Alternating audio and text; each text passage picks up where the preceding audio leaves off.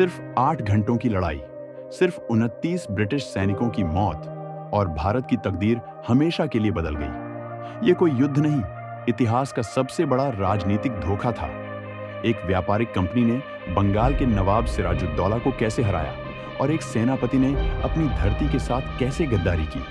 आइए जानते हैं प्लासी के युद्ध की पूरी कहानी। प्लासी का युद्ध 23 जून 1757 को बंगाल के नवाब सिराजुद्दौला और ब्रिटिश ईस्ट इंडिया कंपनी के बीच लड़ा गया।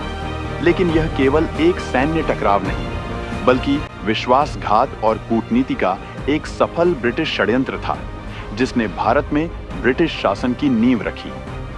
शक्ति का टकराव। नवाब सिराजुद्दौला बंगाल में कंपनी के बढ़ते व्यापारिक और राजनीतिक हस्तक्षेप से नाराज थे। कंपनी अपने दस्तक, शुल्क मुक्त व्यापार पास का दुरुपयोग कर रही थी, जिससे नवाब के खजाने को भारी नुकसान हो रहा था। अंग्रेजों ने कलकत्ता, फोर्ट विलियम में नवाब की अनुमति के बिना अपनी बस्तियों की किलेबंदी शुरू कर दी थी, जिसे नवाब ने रोकने का आदेश दिया। जब अंग्रेजों ने इसे नजरअंदाज किया तो नवाब ने कलकत्ता पर हमला कर दिया और उस पर अधिकार कर लिया। काल कोठरी की घटना, ब्लैक होल इंसिडेंट। नवाब की सेना द्वारा पकड़े गए ब्रिटिश सैनिकों और नागरिकों को एक छोटी तंग कोठरी में बंद कर दिया गया। यह कोठरी फोर्ट विलियम के अंदर बनी एक छोटी जेल थी, जिसका उपयोग छोटे अपराधियों को रखने के लिए किया जाता था। जॉन जेफनाया हॉलवेल, जो उन कैदियों में से एक था और बाद में बंगाल का अस्थायी गवर्नर बना, ने दावा किया कि 146 कैदियों को लगभग 18 गुणा 15 फुट के इस छोटे से कमरे में रात भर बंद रखा गया था। यह जून का महीना था, जब कलकत्ता में अत्यधिक गर्मी और उमस होती है। दम घुटने, गर्मी और पानी की कमी के कारण अगली सुबह जब कोठरी खोली गई तो हॉलवेल के अनुसार केवल 23 लोग ही जीवित बचे थे। नवाब के कलकत्ता पर कब्जे के बाद मद्रास से रॉबर्ट क्लाइव के नेतृत्व में ब्रिटिश सेना बदला लेने के लिए बंगाल पहुंची।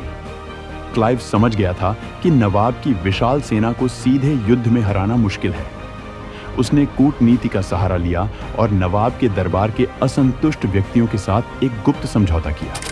इस षड्यंत्र के मुख्य पात्र थे मीर जाफर, नवाब का मुख्य सेनापति, मीर बख्शी, जिसे क्लाइव ने अगला बंगाल का नवाब बनाने का लालच दिया, जगत सेठ, बंगाल का सबसे बड़ा बैंकर जो नवाब से नाराज था, राय दुर्लभ, यार लतीफ खान, नवाब के अन्य दरबारी और अधिकारी। इन गद्दारों ने युद्ध के दौरान नवाब का साथ न देने का वादा किया।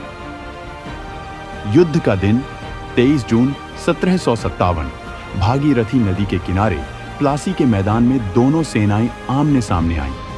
नवाब की सेना फ्रांसीसी सैनिकों के सहयोग से संख्या में 50,000 के करीब थी। क्लाइव की सेना केवल 3,000 सैनिकों की थी। जब लड़ाई शुरू हुई तो नवाब के वफादार सेनापतियों मीर मदन और मोहनलाल ने बहादुरी से संघर्ष किया। हालांकि जैसे ही मीर मदन की मृत्यु हुई, मीर जाफर ने नवाब को सलाह दी कि वह आज के लिए युद्ध रोक दें। मीर जाफर और उसके वफादारों ने अपनी विशाल टुकड़ियों को निष्क्रिय रखा और उन्हें पीछे हटने का आदेश दिया।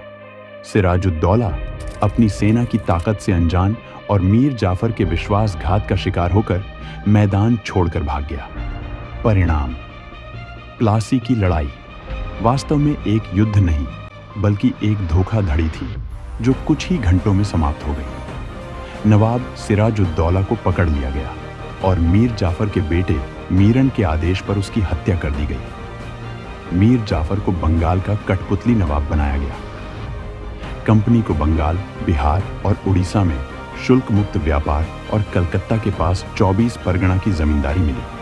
साथ ही क्लाइव और कंपनी को भारी मात्रा में धन और उपहार प्राप्त हुए। इसी साथ आज की ये टॉपिक यहीं पे खत्म हो रही है और प्लासी का युद्ध हमें सिखाता है कि किसी बाहरी ताकत से हारना उतना घातक नहीं होता जितना अपनों के विश्वासघात से हारना। यह युद्ध एक व्यापारिक कंपनी के लिए सोने की चाबी साबित हुआ, जिसने उन्हें भारत का भाग्य लिखने का अधिकार दे दिया। भारत की सत्ता का हस्तांतरण इसी 8 घंटे की साजिश से शुरू हुआ। प्लासी के बाद अंग्रेजों ने बंगाल को कैसे लूटा और मीर जाफर का क्या अंजाम हुआ, ये जानने के लिए बक्सर के युद्ध पर हमारा अगला वीडियो देखना न भूलें।